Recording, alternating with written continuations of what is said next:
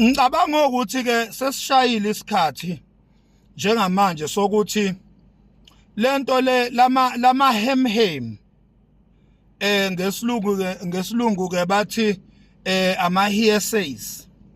Cabanga ukuthi sesishayile isikhathi sokuthi afakelwe izibuko lama hemhemu athi lapha kwi MK iMKP ifamily business iMK iqembu likaZuma nomndeni wakhe. Cabanga ukuthi ke thina singomakhanya ngoba thina sincethezi thina mawusizwa sikhuluma sisuke sikhuluma based on information esisuke sinayo ngaleso sikhathi. Uma ngabe ngokuhamba kwesikhathi kucaca ukuthi le information ebesinayo was incorrect kodwa besifihlelwe lokho ngoba kuyenzeka uthola ukuthi uyitshela ukuthi une information kanti ufihlelwe iqiniso kwashintshwa amanga enziwa iqiniso ukuze wena mawuqhamuka uyitshela ukuthi uqhamukele eqinisweni kanti cha uqhamukele emangeni. Yingakho kuzozwa kwesinye isikhathi uzwe ngathi singomakhanya sithi uma sikhuluma siphinde sibuye futhi sibuye nalento ebese sikhulumile sibuye sesizoyigcizelela noma sesizoyihlaba sihlikize ngoba sisuke sesitholile ukuthi kahle besiphakelwe iplate lamasemba. Kusho thina singomakhanya njengamanje sengijule ngadula ngomqondo ngaze ngafinyelela esinqumweni sokuthi lama hemhemu kungenzeka uthola ukuthi ayiqiniso. Sekuyisikhathi sokuthi abantu abathanda umsholozi bawafakele izibuko lama hemhem ngoba akwazi ukuthi ingane kaBaba uJacob Zuma ingaba seParliament. Umshana kaBaba uJacob Zuma abeseParliament. Ingane kamfowabo kaBaba uJacob Zuma ibeseParliament. Enye futhi ingane kaBaba uJacob Zuma ibeseParliament. Ukhazini kaBaba uJacob Zuma abeseParliament. Sengibale ngafinyelela ku5 people of the same family. Angisho ukuthi kunjalo.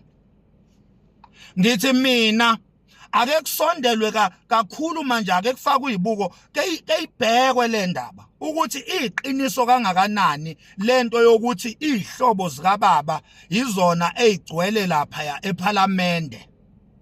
Ake ifakelwe izibuko leyo ndaba.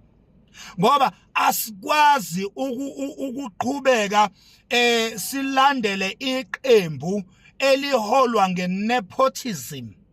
We cannot. We are not fools. We cannot continue to be degenerated by the nepotism. We cannot.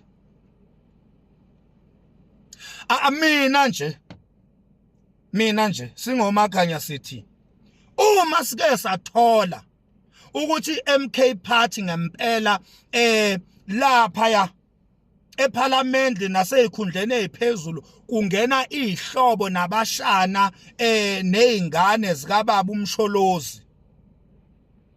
Mina ngizophuma inqina ngilwela ukuthi MKP ayife because lokho kuzobe kuchaza ukuthi amasimbe eqembu.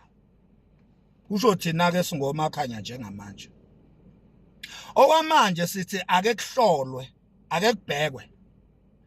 Because noma sengathiwa manje lonto iyashintshwa. Kodwa ngeke kuphele futhi angeke kusuke ezingqondweni zethu ukuthi lonto ike yenzeka. And lonto izobe isitshela impande zeqembu ukuthi kahle ideology yaleli qembu it's all about shooting umsholozi nefamily yakhe. Noma ngathiwa leyo nto iyalungiswa uma ke yenzeka, lelo qembu ngeke sale themba asalifuni la Masimba, kusho uMakhanya. Mina nje ngoba ngibhizi ngiyaphenya njengamanje, ngibhizi ngiyaphenya, ngiyacommunicate nabantu ama right sources, abantu abaseyikhundleni eziphezulu ze-MK. Njengamanje ngiyaphenya mina, ngifuna iqiniso. Uma ngike ngathola ukuthi into enjengale ike yenzeka noma iyenzeka njengoba sikhuluma nje, mina ngumfo kaMakhanya ngizobuya ngize la ngizokwenza ivideo no live bokudestroy MK mina lo. Futhi ningezi ngomqondo womsunu nizothi niyangisabisa njengalama Simba ye-IFP. Ningezi nje ngalo mqondo wensha ukuthi nizongisabisa ngoba amasimba lawo ngeke nje ningenze lutho, ngeke ningenze lutho, ngeke nje ningenze lutho. Mina ikhinja ngisho ngathi uyinkabe njani fuseke msunu wentsha, kusho thina singoMakhanya, kusho thina singoMakhanya. Ngeke nje nize ngalezo ngqondo lezo zikaThuvi nizo nje uzofa sokuthuma uphuthu send location siyakufuna. Mina ngiyena ungizwe emchuno, mina angisiwe umsunu mina. Mina ngona umsunu mina, angiyena nje ungizwe emchuno mina lo enimfunayo. Mina ngifunwa mina once wangifuna nami ngiyakufuna. Futhi ngizokuthola ke mina, wena ngeke ungithole, mina ngizokuthola mina.